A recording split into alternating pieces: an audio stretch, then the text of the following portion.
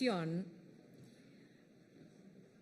Van a acompañarlo también allí en el estrado Susan Sigal, presidente y CEO de American Society Council of the Americas, y Natalio Mario Greenman, presidente de la Cámara Argentina de Comercio y Servicios.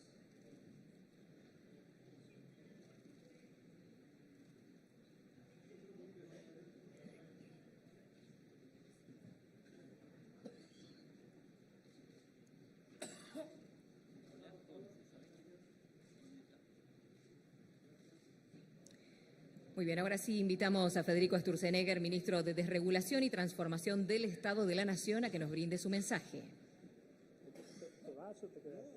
Listo. Bueno, buenos días, buenas tardes.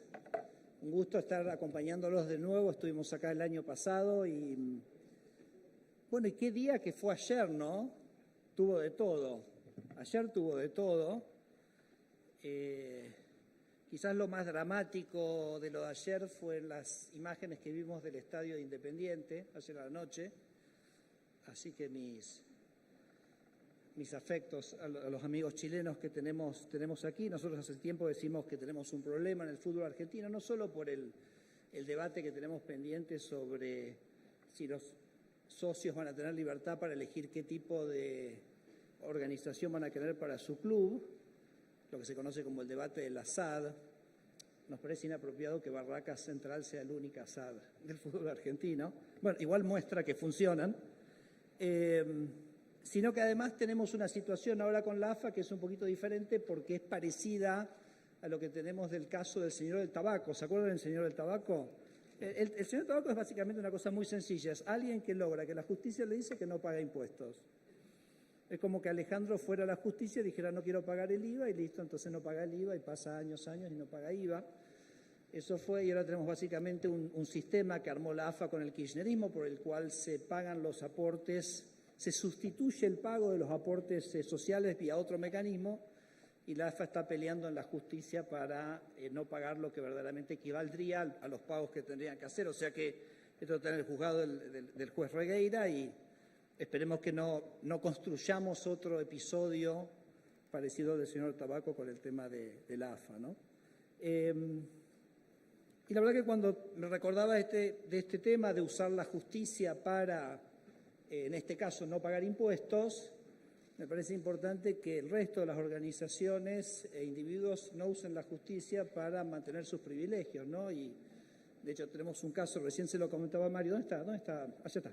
Mario le comentaba que nosotros hace unos meses emitimos un decreto donde prohibimos que los convenios colectivos impusieran lo que sería una suerte como de impuestos privados, que es obligándole a los socios o a los participantes en esas negociaciones colectivas a hacer aportes, ya sea el sindicato, cámaras, etcétera. Fuimos por el lado de las cámaras.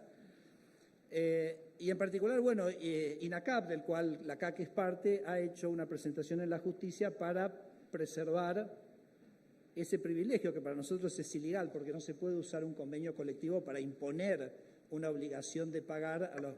Así que, Mario, te pido, por favor, si sería un gran gesto de bajar esa cautelar y no va a suceder. Bueno, no va a suceder. O sea que la casta se defiende con uñas y dientes.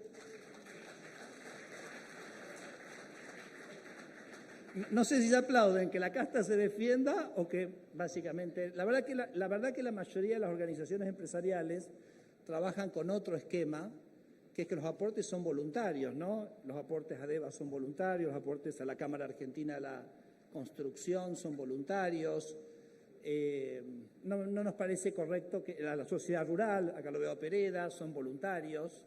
No me parece que hay que usar la justicia para que tus afiliados o los participantes de la Pereda hagan un aporte obligatorio, que además entiendo que nadie lo está pagando y entiendo que nadie lo quiere pagar. Pero bueno, lo dejamos ahí. Pensé que me iba a llevar tu acuerdo para darla de baja. Bueno, estamos en democracia. Bueno, perfecto. Vuelvo entonces a... Es interesante. Ahora voy a hablar un poquito de ese tema. Arranco entonces un poco donde dejamos el año pasado, los dos pilares que tiene Javier Milei para su gobierno, que el primero es el del equilibrio fiscal, ya hablaron de eso con Luis Caputo de la mañana, pero sobre todo un equilibrio fiscal que se va a lograr bajando el gasto público, y eso surge de la idea de que nosotros pensamos que el crecimiento de la economía está dado por el sector privado y no por el sector público. Entonces, cada vez que nosotros bajamos el gasto público, estamos liberando recursos para el sector privado, además de que el superávit fiscal es lo que garantiza el equilibrio macroeconómico, pero subyacente está la idea, ya lo dijo Luis hoy a la mañana, que la creación de riqueza es de ustedes, no va a ser nunca del Estado. Cuanto más chico sea el Estado, entonces más capacidad de recursos van a tener ustedes para decidir qué hacer y cómo invertir, y los individuos cómo gastar ese dinero, y no que sea un político el que se los chupe como impuestos y después decida cómo gastarlo. Llevamos 18 meses de superávit fiscal, uno de los 5 países del mundo con superávit fiscal. Me parece que es un dato absolutamente extraordinario. Y el otro, que también tiene que ver con nuestra confianza en ustedes como sector privado, es la desregulación, la idea de la libertad económica, la idea de que el Estado tiene que meterse lo menos posible en entorpecerles a ustedes su actividad económica y su funcionamiento. Me miré porque nosotros ahora desarrollamos una metodología que es ver todos los artículos en las leyes que eliminan registros, eliminan trabas, derogan cosas, etcétera. Entonces tenemos un registro de cuántas de esas llevamos. Cuando estuve acá en agosto del año pasado teníamos 2.500 instrumentos de desregulación y en este momento estamos en 8.100. ¿Okay? Así que es un proceso bastante sostenido. A mí la verdad que me gusta, es tan variopinto lo que hacemos en términos de desregulación. Me acuerdo que cuando vine el año pasado hablé de temas de arte y otras cosas, que yo siempre cuento un poco qué es lo que estamos haciendo en estos días, ¿no? Entonces, por ejemplo, hace 2 días eliminamos todas las restricciones a la circulación de bitrenes en Argentina. Para que se una idea, el bitren es una formación, digamos, de transporte de cargas que carga el 75% más de lo que carga un camión con acoplado común, con lo cual se imaginan la baja de costos logísticos que eso implica. Siempre hablamos del costo de la logística, el costo de transporte en Argentina. Los bitrenes tienen la mitad de incidencia de siniestros viales que los camiones comunes, porque en general tienen más tecnología y se manejan con más cuidado, etcétera, y además tienen menor peso por eje, con lo cual cuidan mejor las rutas. Con lo cual, casi yo diría, la pregunta es cómo esto no se hizo antes y no por qué lo estamos haciendo ahora, ¿no? Esta semana también eliminamos la última serie de reglamentos técnicos, que era una serie de reglas que vos tenés para comerciar, exportar o importar productos, pero que en general eran tremendas barreras para arancelarias. Podría hablar, hicimos Sociedad Anónima Yacimientos Carboníferos Río Turbio, que hace años no sabíamos bien qué era.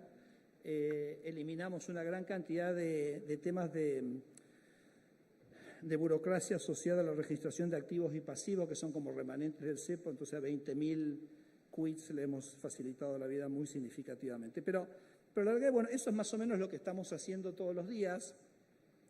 A mí me parece, en función de lo que está ocurriendo, lo que ocurrió ayer en el Congreso y lo que está ocurriendo en este momento.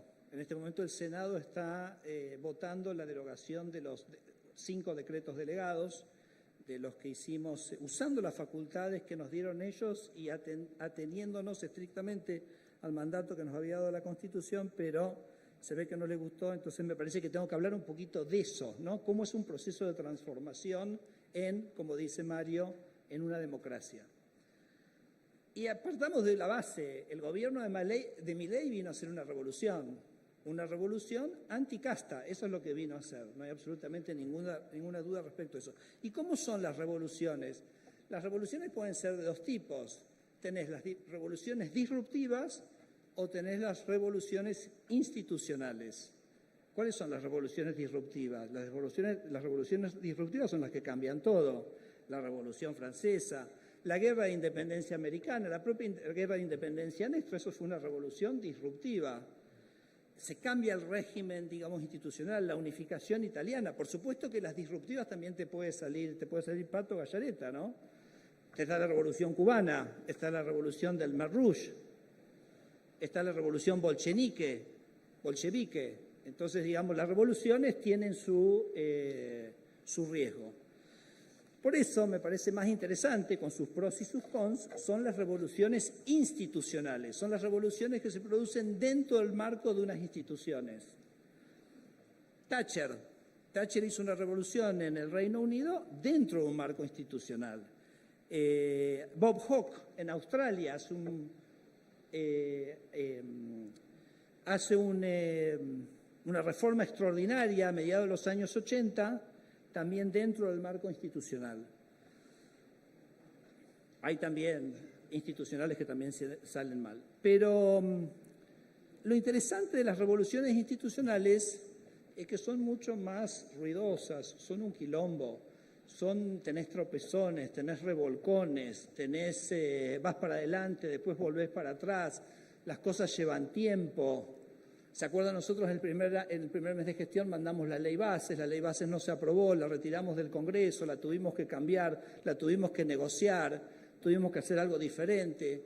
Sacamos el decreto 149 para que no estén estas obligaciones, estos aportes obligatorios. Ellos presentan la cautelar, lo peleamos en la justicia, en fin, es un bolonqui, pero es dentro de la institución, ¿no? Y dentro de la institución es una revolución que en algún sentido está acotado y está ordenado por esas instituciones en las que todos creemos que son las instituciones de la República y de la democracia, ¿no? Como se dijo. En algunos casos esas revoluciones son larguísimas. Por ejemplo, en Estados Unidos, la guerra civil terminó en el año 1865, pero la gesta por la igualdad de todos los individuos ante la ley en Estados Unidos recién terminó en 1965 con el movimiento de los derechos civiles con Kennedy y Johnson. Entonces, fueron 100 años de esa institución para generar un cambio realmente fundamental en ese sentido. Bueno, eso es lo que estamos, porque Javier Milei ha elegido hacer una revolución y ha elegido hacer esa revolución dentro del marco de la institucionalidad con sus pros y sus cons. La verdad que nuestro sistema, fíjense qué interesante, porque el parlamentarismo anglosajón, por ejemplo, no tiene la división de poderes entre el Ejecutivo y el Parlamento. El gobierno representa al Parlamento.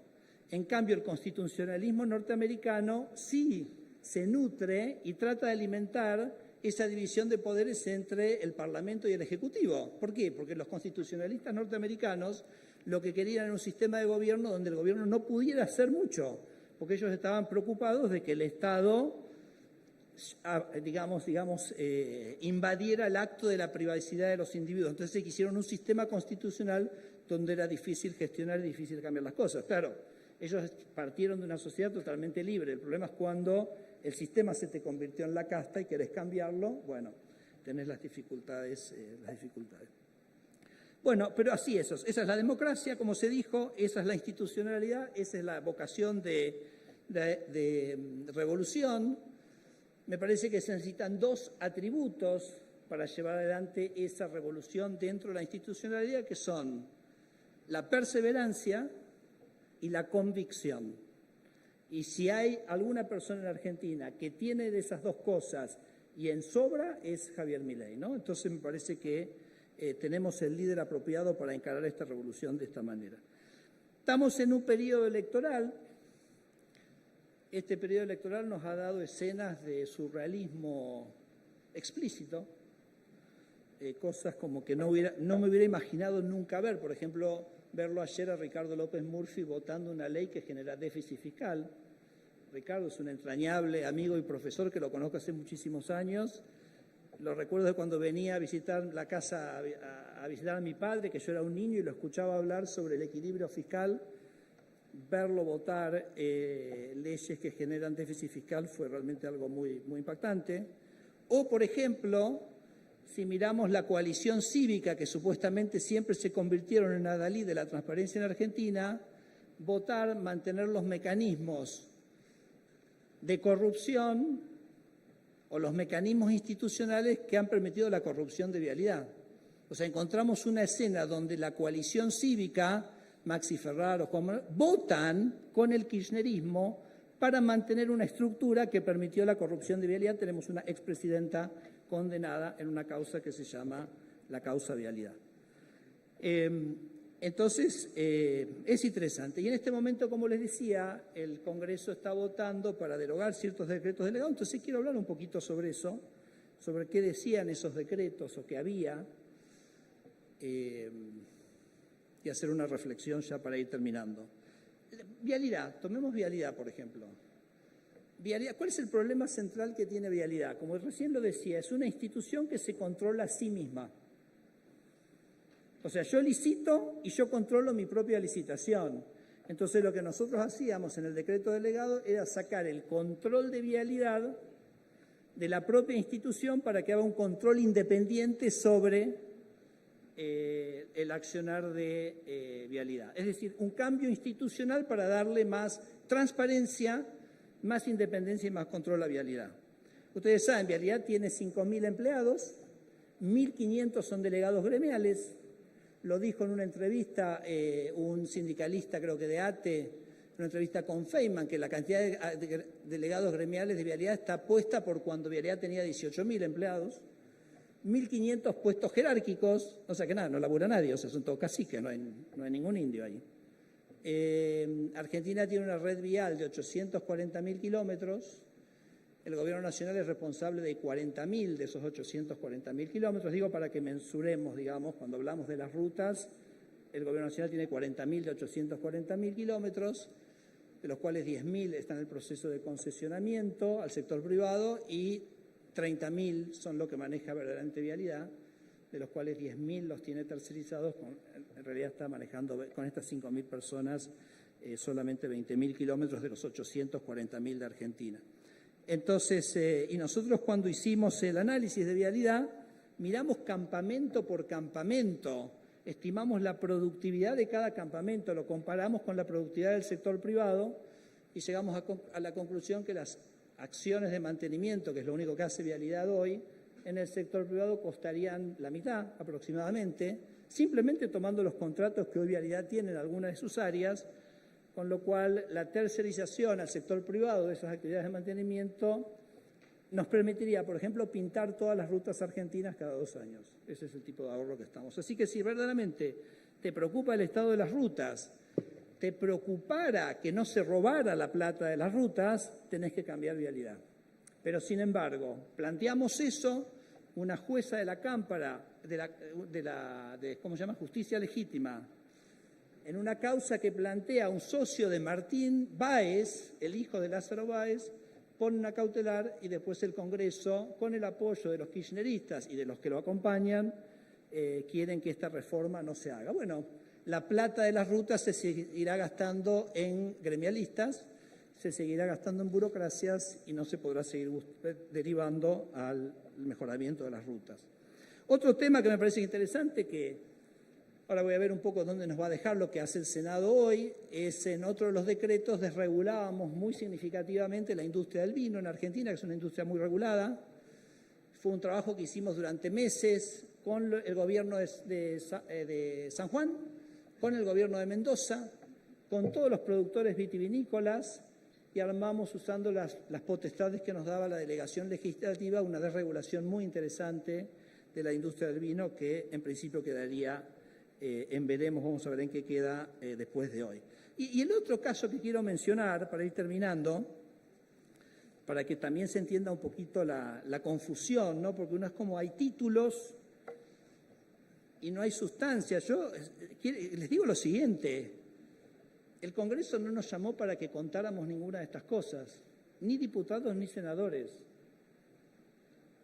No nos pidieron los informes técnicos.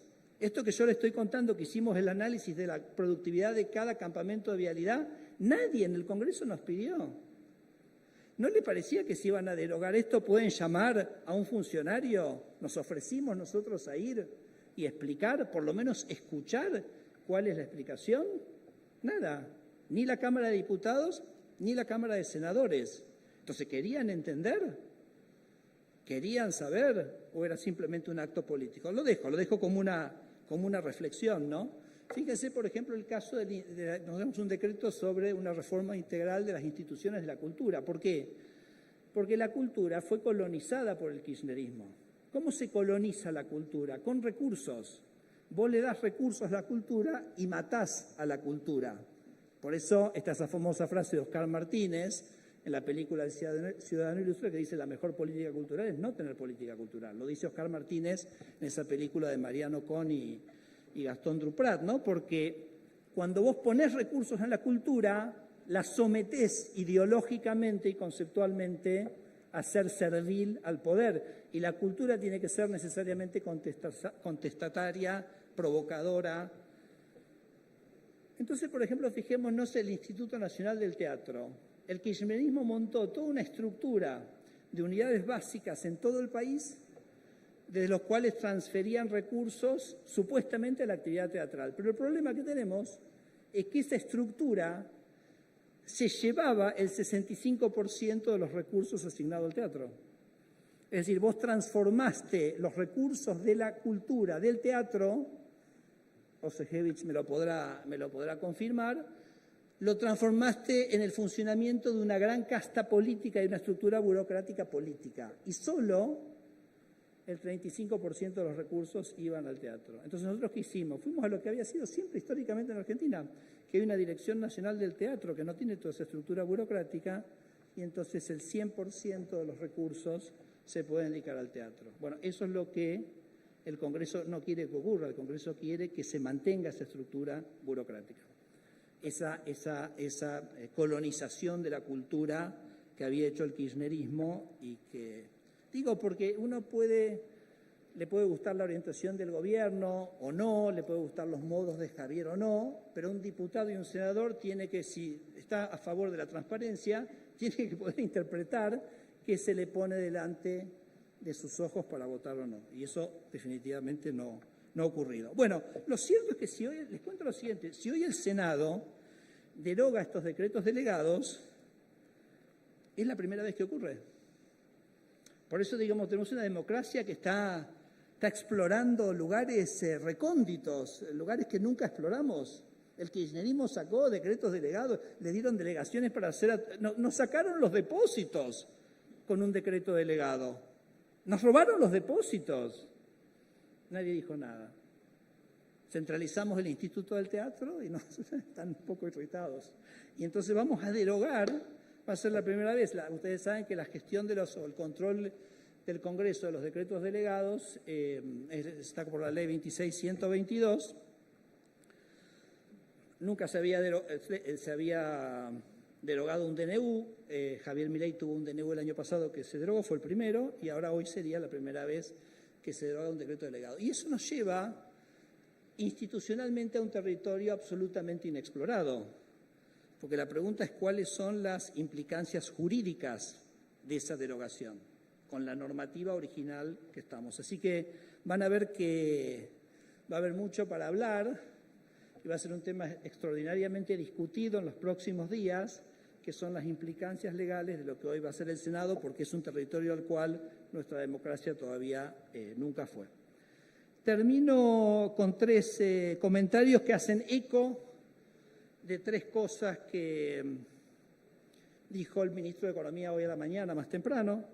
La primera, que yo creo que estas escenas de surrealismo que estamos viendo en el Congreso, creo que le permiten a la ciudadanía distinguir quién quiere un verdadero cambio en Argentina, quién está a favor de la estabilidad macroeconómica, una estabilidad macroeconómica que bajó la inflación y sacó a 10 millones de argentinos de la pobreza.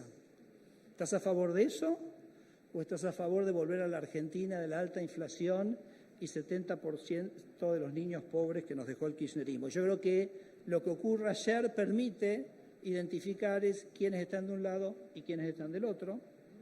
Voy terminando porque creo que ya llegó el presidente. Lo segundo que dijo el ministro es, nosotros aceleramos.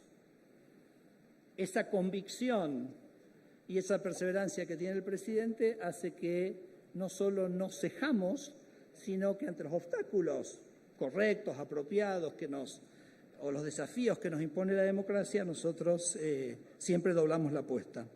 Y segundo, los invitamos a todos, bueno, Mario ahí se me fue, lo quería invitar especialmente, a ser parte de esto, por como ya venimos diciendo todos los representantes del Ejecutivo que estamos acá, y ahora también lo van a escuchar el presidente, nosotros creemos en ustedes, creemos que la riqueza en Argentina es de ustedes, que les tenemos que dar la libertad, que les tenemos que sacar el peso del Estado encima, les tenemos que sacar todas las trabas regulatorias que les impiden que ustedes puedan ser todo lo que verdaderamente pueden y deben ser. Muchas gracias. Agradecemos las palabras y la presencia de Federico Sturzenegger, ministro de Desregulación y Transformación del Estado de la Nación.